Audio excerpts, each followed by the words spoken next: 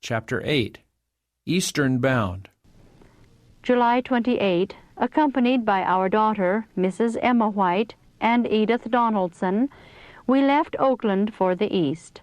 We arrived at Sacramento the same day and were met by Brother and Sister Wilkinson, who gave us a hearty welcome and took us to their home, where we were kindly entertained during our stay. According to appointment, I spoke Sunday. The house was well filled with an attentive congregation, and the Lord gave me freedom in speaking to them from His Word.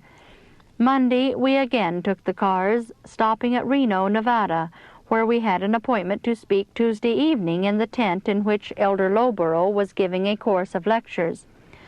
I spoke with freedom to about 400 attentive hearers on the words of John, "Behold, what manner of love the Father hath bestowed upon us, that we should be called the sons of God."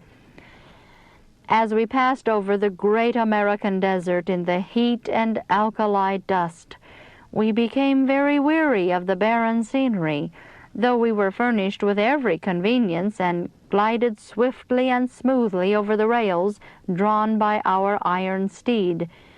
I was reminded of the ancient Hebrews, who traveled over rocks and arid deserts for 40 years. The heat, dust, and roughness of the way drew complaints and sighs of fatigue from many who trod that weary path.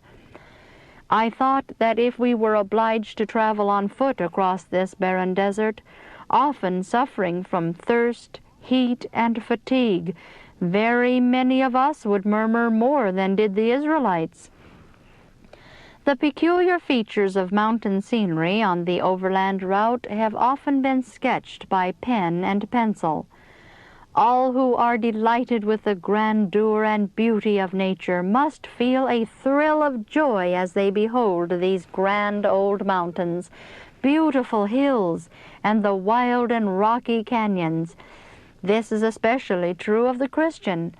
He sees in the granite rocks and babbling streams the work of God's all-powerful hand.